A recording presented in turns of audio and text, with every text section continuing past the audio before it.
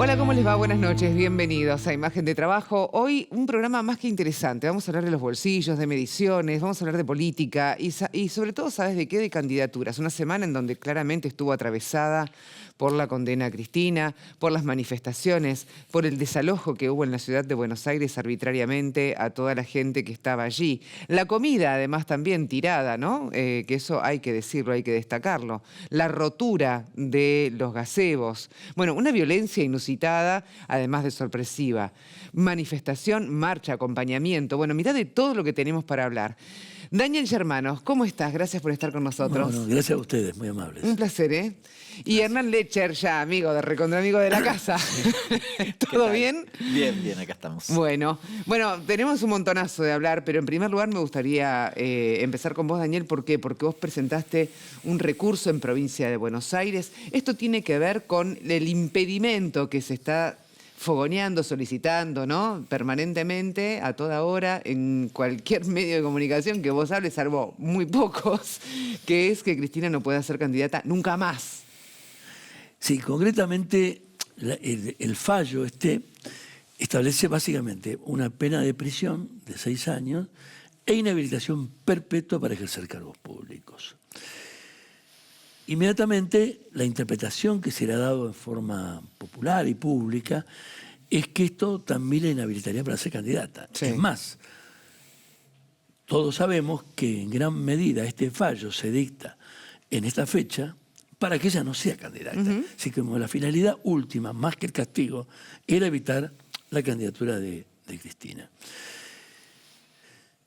Yo planteé ante la Corte bonaerense, porque la Junta Electoral la integran 3 jueces de la Corte bonaerense, que Cristina puede ser candidata a pesar de esta condena, porque el cargo público no es equivalente a la candidatura. Son 2 cosas distintas. Es decir, vos podés ser candidato y no asumir, como pasó, por ejemplo, con los candidatos testimoniales. Sí. Lo hizo Sergio Massa, lo hizo Néstor Kirchner, hasta Nacho Viale lo hizo. Y también Daniel Scioli. Fueron candidatos testimoniales. Daniel Scioli era gobernador y fue candidato a diputado. Sí. La idea de la candidatura testimonial, si se explica que no se va a asumir, no es una candidatura fraudulenta. Lo que busca precisamente es conocer el verdadero apoyo que hay y, de última, ese puesto que no podría ocupar Cristina, porque no podría asumir, porque sí sería un cargo público, lo llevaría el segundo. O sea que el que va a encabezar la lista, en realidad, desde el sentido de vista material, es el segundo. Es el segundo. O sea, los que te están escuchando en este momento que están diciendo, no, pero pará, esto no se puede hacer, la respuesta del por qué sí se puede hacer sería esta. Exacto. Porque además, las condenas, esta es una condena temporal, no es una condena definitiva. Tampoco es una condena que esté firme, porque es una condena de una debilidad extraordinaria. Por empezar, es una condena que debieron dictar 5 jueces y la dictaron 3. Porque la Corte Suprema tiene 5 miembros. Si faltan 2, hay que llamar a los conjueces. Los conjueces están. Todos los años se hace lista con los conjueces. No se los convocó. Por otra parte, un expediente de esta magnitud requería, como mínimo, un análisis exhaustivo. Y la Corte recurrió al mecanismo sencillo del llamado artículo 280, que es el rechazo in limine, que implica que no es una tercera instancia. Simplemente no se le habilitó la tercera instancia. Cuando la Corte aplica 280, no te deja entrar. O sea, cuando dicen, no, porque Cristina tuvo 3 condenas, no, tuvo 2. Tuvo la del Tribunal Oral y la confirmación. La Corte no confirma, rechaza la queja. Y este es un punto interesante, porque rechaza la queja casi en un acto bastante poco elegante, echándole la culpa a la defensa de Cristina. Como que no hicieron una buena defensa. Esto es feo, es como una... ¿cómo decir? Pero tampoco hay explicación. No, puede ser que es genérico. Claro. Ahora, la propia Corte tiene dicho, mirá desde qué antigüedad, desde 1868, que si la Corte entiende que la defensa ha sido deficitaria, hay que anular la queja y invitar, dar término para que se haga una nueva defensa o que la persona que se siente perjudicada designe autodefensor. Yo cuando era juez, por lo menos debe haber anulado 20 defensas, previo a citar al defensor, diciéndole, también lo hicimos con los fiscales, porque no puede haber un fallo justo si el fiscal no pone todo su empeño, su lógico empeño en su defensa. ¿Estamos de acuerdo? Claro. Entonces, la Corte, al decir que este fallo sale porque la defensa no estuvo lo suficientemente eficiente, está diciendo, ay, yo tendría que haberlo anulado. En una palabra, este fallo no está tan firme como parece. Tengo Es un una fallo que está consulta. en una zona pantanosa. Tengo una consulta que tiene que ver con el artículo 280 justamente, porque he escuchado varios diputados libertarios hablando que debería ser modificado. Sí, por supuesto. ¿Se tiene que modificar? Claro, porque el 280 implica no analizar la causa. Bueno. Y te ponen una frase muy, muy cortita diciendo que no satisface, pero no explican por qué no satisface. Es una manera que parece elegante de decir, bueno, llegaron a la Corte, pero en realidad la Corte no te leyó. Y además, Si yo te digo que no y punto. yo tengo una pregunta. Les hago una pregunta a los Sí, dos. sí. Permítanme que les haga una pregunta. ¿Ustedes qué dirían si el día que se tiene que hacer una operación de tobillo viene un otorrino a hacerla?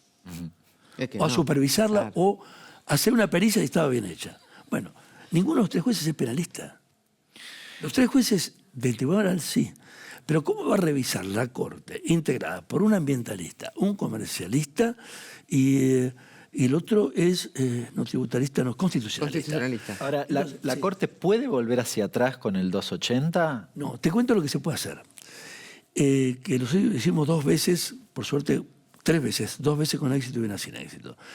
Plantear en casación la sentencia írrita, sosteniendo que el 280 estuvo mal aplicado, porque si ellos entendían que la defensa era deficitaria, debieron anularla. Y esto seguramente ya Carlos Beraldi habrá tomado debida nota, porque eso es wow, excelente. Es decir, yo creo que la crítica que se le hace a Beraldi es una burla. Es como diciéndole, no es culpa nuestra, señores. Ustedes miren lo que hacen. Creo que ha sido una cuestión irónica, dolorosa, máxime que Beraldi ha formado parte del Poder Judicial. Él ha sido fiscal muchos años, un hombre de enorme respeto y una gran honorabilidad y eficiencia profesional. Y su trabajo fue impecable. El que no fue impecable fue el trabajo de Luciani, quien puso un exacerbado... Él hablaba de él como si estuviese hablando de Hitler, como si estuviese hablando de un genocida, de alguien que violó a menores. En definitiva, lo que se estaba juzgando era a una presidenta que no tenía poder de administración, por la Constitución que se reforma en el Pacto de Olivos, establece que el jefe administrativo del Estado es el jefe de gabinete, con lo cual no había responsabilidad. Y sobre 51 causas... Que no está ni mencionado. No está ni mencionado. No está ni mencionado. Ni citado. No. Y sobre 51 causas de vialidad se encontró supuestas irregularidades en una, en la cual Cristina jamás participó. O sea que este es un fallo fallado, muy fallado. Es que más ni siquiera estaba presente en la primera denuncia, diríamos. O sea, hace Totalmente. 17 años no estaba ni siquiera el nombre. O sea, Y cuando se juzgó esto en no, Santa no. Cruz, el Tribunal Supremo, jamás la convocó. no, Jamás aparte, fue- 51 obras. Tenés solamente respuestas de 13 o 5, no me acuerdo ahora bien el número cómo era. Y cuando aparece una donde está involucrado Calcaterra, bueno, Está afuera. Yo Sí, no claro. soy abogado, pero digo, ¿no es cosa juzgada la sentencia del 2012, de la causa inicial del 2008? es cosa juzgada. Es cosa juzgada, aunque no haya sido juzgada ella. Claro. No fue juzgada porque en ese hecho se entendió que no había tenido ninguna participación. O sea, no hay delito. No hay delito. Es decir, Cuño Libarona lo dijo. lo dijo Cunio Libarona. Y además, Cuando no era ministro, ¿no? claro, cuando no tenía las ataduras políticas de... Lo dijo exactamente así como lo estaban diciendo ustedes. Claro, pero además, hagamos un pequeño ejercicio. Una de las cosas que se ha dicho es que el gobierno de Kirchner generó una especie de corrupción sistemática. Como que asumió Néstor y ya tenía diseñado un plan de corrupción. Se supone que para un plan de corrupción tenés que tener ministros adeptos a la corrupción.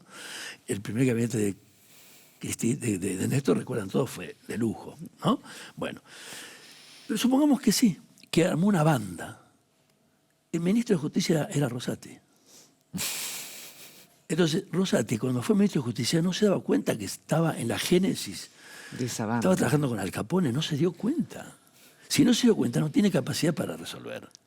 Porque no puedes no percibir que estás en un gobierno... Sí, de o dónde te estructura pasan los mafiosa. papeles también, ¿no? Por dónde te pasan los papeles, por dónde te pasa la firma.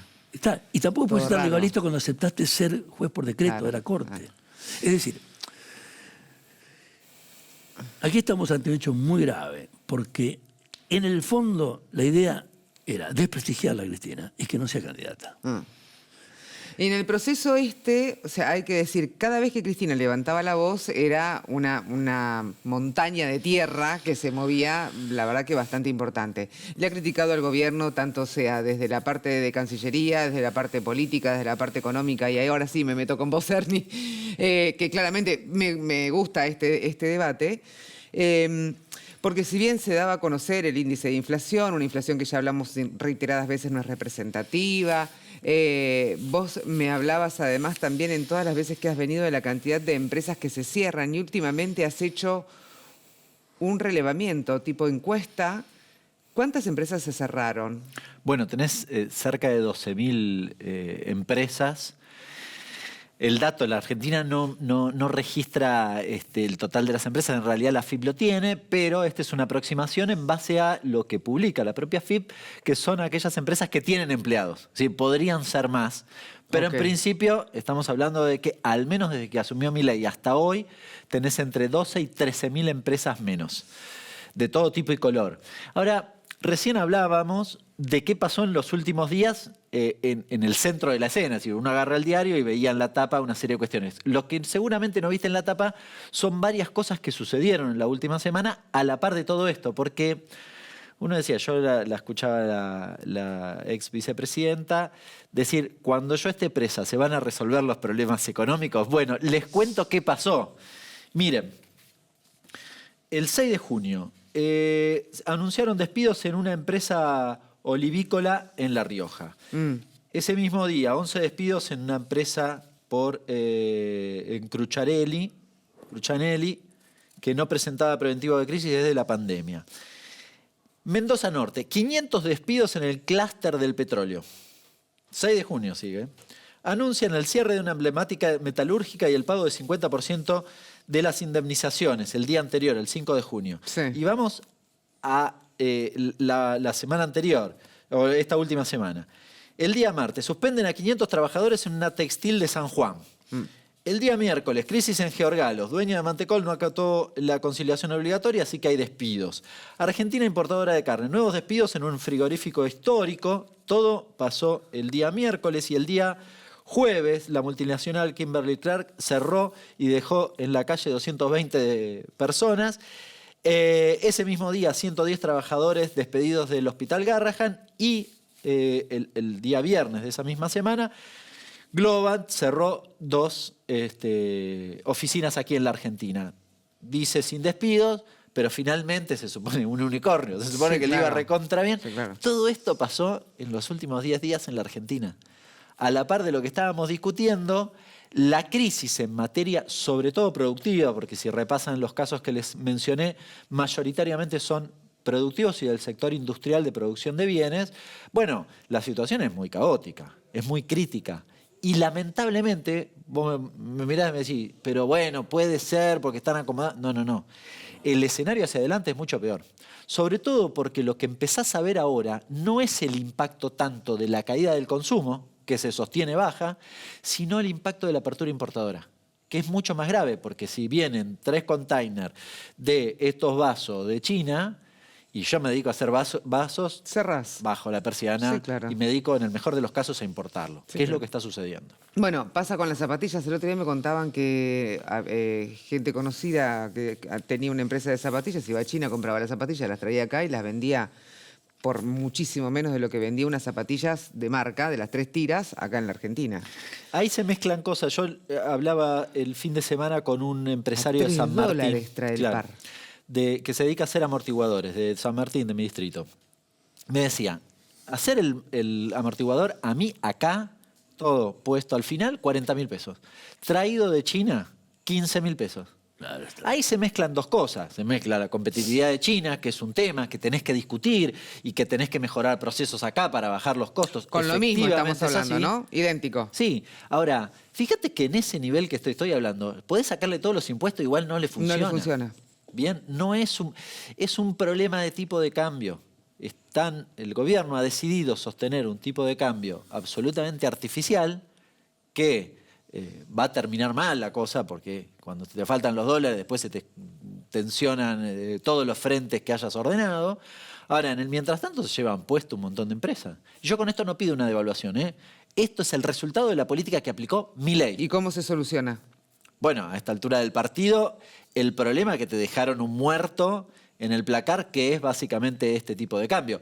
En todo caso, tendrás que ir corrigiendo la cuestión cambiaria para acumular dólares y para que finalmente esto no se resuelva con una devaluación grosera que impacte negativamente sobre los bolsillos de los ¿Y cómo sería la corrección, por argentinos. ejemplo? ¿Hacia dónde tendría que ir? ¿Cuánto sería el tope, ponele? ¿O cuánto podría llegar a tener hoy? ¿Cómo qué? sería el nivel de cambio? ¿Cuál sería? No, ahí, a ver, devaluar tiene efectos adversos. Sí, yo lo veo desde el punto de vista Sí. de la actividad económica y el problema es que el nivel de apreciación hace que cualquier cosa de cualquier país del mundo sea más barata solo por el tipo de cambio que yo elegí. Ahora, el problema es que si yo devalúo, la gente pierde poder adquisitivo.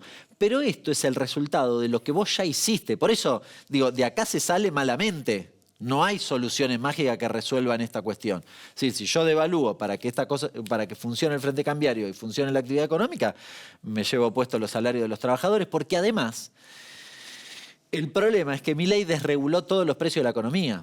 Entonces, cuando devalúes, se te va a ir a precio, todo se te va a ir a precio. Les guste o no les guste, ya pasó. Ahora y ahí dicen, tenés la rotura de la mentira del que no tenemos inflación, está todo fantástico, Sí. mantuvimos... pero nos llevaron a este escenario porque devaluaron desregulando lo que no tenés que hacer. Lo hizo este gobierno. Entonces, hoy y después apreciaron de manera sensible, pisando además ahora las tarifas. Y después de las elecciones, cuando desregulen y destopeen nuevamente las tarifas, otra vez te comen el bolsillo. Nos llevaron a este escenario. No había que haber hecho las cosas de esta forma.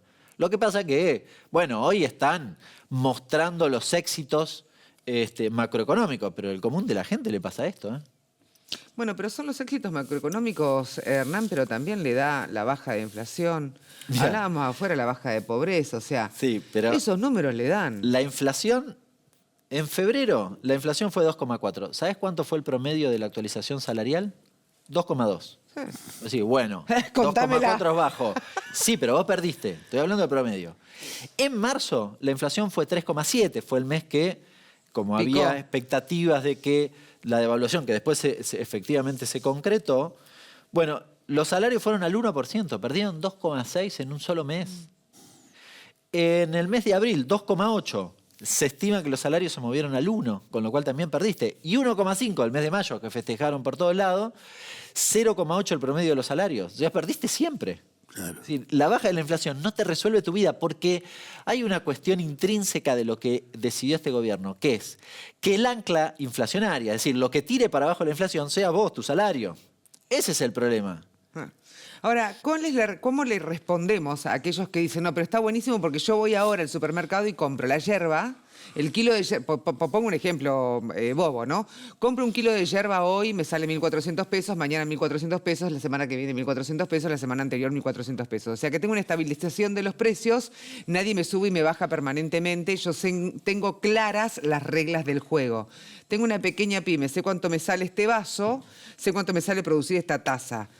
¿Cuál es la respuesta que le damos a esos? Que prontamente nadie te va a comprar el vaso, nadie te va a comprar la taza. No, 3 cuestiones. Sí, una es ella, pero la primera es, los precios pueden estar moviéndose más moderadamente y es mucho mejor, está claro, pero tu salario está bajo de eso. Esa es la primera cuestión. O sea, cuando vas al supermercado no compras la misma yerba. ¿Se entiende? Aumentó de 1.400 a 1.450 y vos decís, no es tanto, pero tu salario se quedó planchado. Con lo cual compras menos yerba. Fin. Esa es la primera cuestión. La segunda cuestión es que esto tiene fecha de vencimiento. Porque es una especie de olla a presión sostenido con el tipo de cambio bajo que cuando levanten un poquito, como pasó en marzo-abril, se te escapa la tortuga.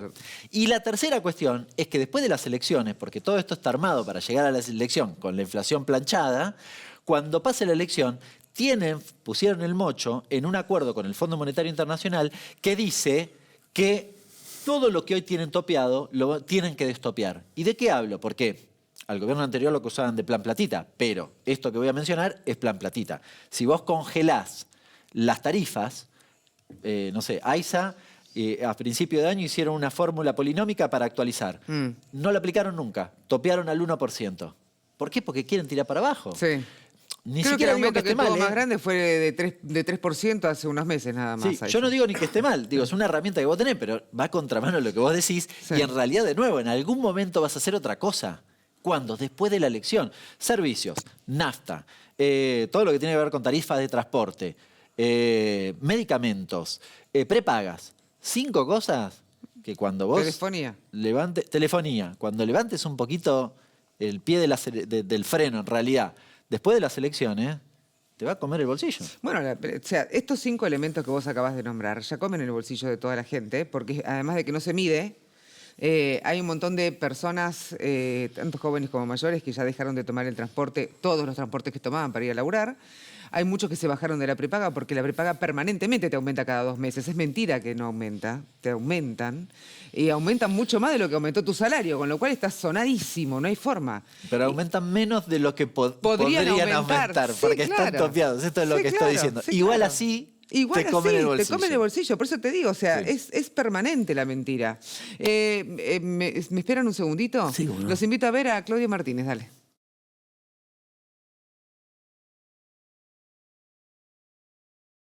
Bienvenidos a la era de los humanoides.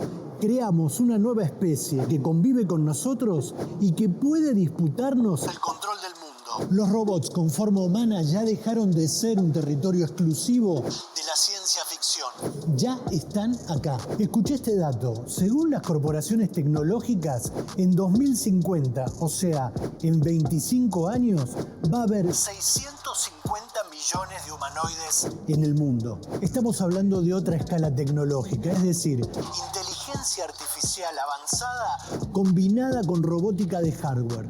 Una escala que ya está cambiando el panorama de la automatización digital. Pará, a ver si nos entendemos. Cuando te hablan de automatización digital, te están hablando de cómo las máquinas nos van a reemplazar en buena parte de nuestros trabajos. Y eso es lo que verdaderamente está en juego. Porque más allá de la fascinación que generan estos robots, se trata de imaginar cómo será el mundo cuando haya millones de estos aparatos mezclados con los seres humanos. Sí, un mundo mixto, con humanos conviviendo con humanoides. Cuesta imaginarlo, ¿no? Vamos a ver cómo lo está proyectando la industria. La propuesta de las startups que los diseñan y de las corporaciones que van a fabricarlos es que los humanoides cumplan todo tipo de funciones. Hasta ahora vimos cómo los robots pueden hacer trabajos específicos, mecánicos, repetitivos, por ejemplo, en una fábrica. Pero lo nuevo que se está planteando es que los humanoides, integrados al mundo laboral y a nuestros hogares, tengan la capacidad de hacer una enorme cantidad de tareas e incluso aprender del entorno. En las casas, por ejemplo, van a poder cocinar, cuidar personas, hacer los deberes con los chicos, cortar el pasto y hasta pasear al perro. En los trabajos, esa lista crece hasta límites insospechados, porque no solo van a poder hacer tareas mecánicas y repetitivas, sino que van a poder reemplazar buena parte de nuestras habilidades intelectuales y creativas. En 2050, 10.000 millones de seres humanos conviviremos con 650 millones de humanoides. Hay cientos de preguntas para hacerse, pero hay una que sobrevuela toda la discusión. Si los robots serán cada vez más inteligentes, ¿cuál de las dos especies prevalecerá sobre la otra? Y en todo caso, ¿quién tendrá el control de ese ejército de máquinas superdotadas? Por eso, más que nunca, pongamos la inteligencia humana al desarrollo para que el futuro no sea artificial. Sí, no sé, yo en mi casa lo sumo que lo que más creo que cada uno debe tener en su casa es la aspiradora robot, ¿viste? Esa señora que te va, que por ahí tiene un poco más de inteligencia, no se cae, no se rompe, ponele. Es cierto. Después no tenés nada más. Ahora, qué terrible la tecnología como va avanzando a pasos agigantados, ¿eh? Y lejos. Da un poco de miedo, ¿no? Da un poco de miedo. Da un poco de miedo, sí, total. Bueno, decíamos con Hernán, esta falta de futuro, esta falta de visión, ¿a dónde vamos? Cuando yo era adolescente, de la misma manera que Hernán, y me imagino que vos también, las familias eran, bueno, vamos a estudiar, entonces a partir de ahí te formás y por supuesto tenés el futuro asegurado el día de mañana para el trabajo y qué sé yo. Hoy los pibes no ven eso. No, sabías que había futuro. Los pibes no lo ves. Claro. Si te esforzabas, había futuro. Claro. Hoy no. Sí, siempre que hubo una revolución significativa en materia productiva, después se acomoda la cosa. El problema es al inicio se acomoda mal. que es lo que estamos viviendo ahora. Nosotros estamos viviendo una revolución de las telecomunicaciones y estamos viviéndola en este preciso instante, que te cambia las formas de las relaciones del trabajo en todos los aspectos y prácticamente en todas las actividades. Probablemente en el tiempo tienden a ordenarse. Lo que pasa es que en el momento en el que estamos viviendo hace que vos no tengas futuro. Yo pienso, una persona que estudió, no sé, yo soy contador, que estudia hoy contador, dice, pero si inteligencia artificial lo va a hacer mejor que yo. Totalmente. ¿Qué hago? Lo manejo de acá. Claro. Manejo de acá. A ver, Daniel, ¿con qué dirías? ¿Con qué cerrarías? ¿Qué se te ocurre? ¿Qué mensaje? Y la esperanza es lo último que hay que perder, ¿no? Estamos en una situación difícil porque además Argentina está políticamente delineada en un ámbito donde a la Argentina no la favorece. Todos sabemos que el alineamiento con Estados Unidos nunca le trajo a Argentina más que desapariciones, muerte, no trajo inversiones que fuesen favorables para el país. Nosotros tenemos una minería riquísima, no estamos sabiendo explotarla, esto está claro. Con la mitad de nuestra cordillera prácticamente se abastece todo Chile. Y nosotros no logramos abastecer una provincia, por ejemplo. Pero además hay un dato que pocas veces lo escuché, que vos seguramente lo dominás muy bien. La Argentina, en la cual yo crecí y nací, no pagábamos impuestos, nadie pagaba impuestos. Pagaba alguna corporación, algunos ricos.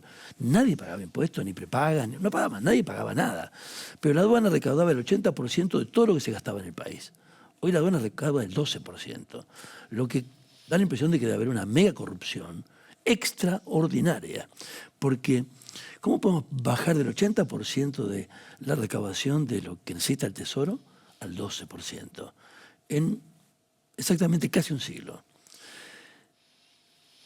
Ni tus abuelos, ni los míos, ni nuestros padres pagaban un centavo de impuesto.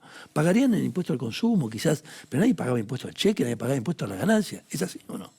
Bueno, en el caso de ganancia, sí, arrancan las reformas o el sistema tributario arranca desde la Segunda Guerra aproximadamente. En realidad desde los 30 en adelante en el mundo y en la Argentina también. Hay dos cosas muy importantes que él menciona. La primera es que la gente de a pie paga en términos relativos más que el rico. Claro. De impuestos. Y esto es un problema. Es decir, en general hay una tendencia a decir todos pagamos mucho. Falso. No es verdad. Y es más, esos discursos de que todos pagamos mucho tienden a intentar que se bajen los impuestos de los ricos. Que lo que pasó con Macri es lo que pasa ahora. Es decir, yo reduzco la tasa de ganancia del impuesto a las ganancias, la alícuota de impuesto a las ganancias de las sociedades, pero no la de las personas. La de las personas se la mantengo, la subo, lo vuelvo a poner. Ese escenario es un escenario de redistribución regresiva que ha pasado a lo largo de la historia de la Argentina y hoy se repite de distintas formas. Bueno, una de las formas es el mecanismo impositivo, que en general se habla bastante poco, porque en general de impuestos se habla bastante poco, se habla mucho más de cómo se gasta. Habría que empezar a hablar. Sí, definitivamente. Y habría que empezar a trabajar en una reforma que sea... Fíjate que lo que plantea el gobierno es, bajemos impuestos, bajemos impuestos, bajemos impuestos. ¿A quién?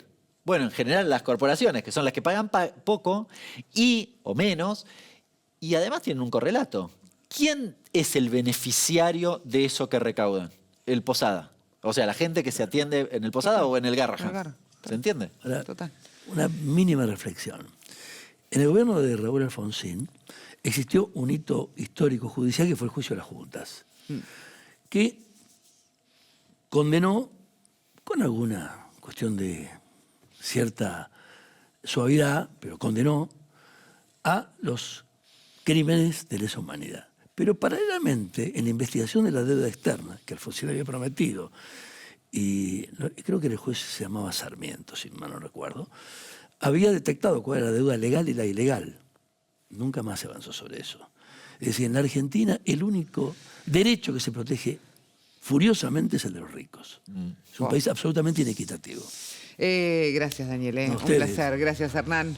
Un placer. Un placer también estar con vos y haberte llevado esta charla. Me pareció fantástica, magnífica. Lástima que nos queda muy poquitos minutos. Y bueno, nada, podría ser una charla de 2 horas y pico y seguir. Gracias por estar del otro lado. Nos encontramos la semana que viene. Chao.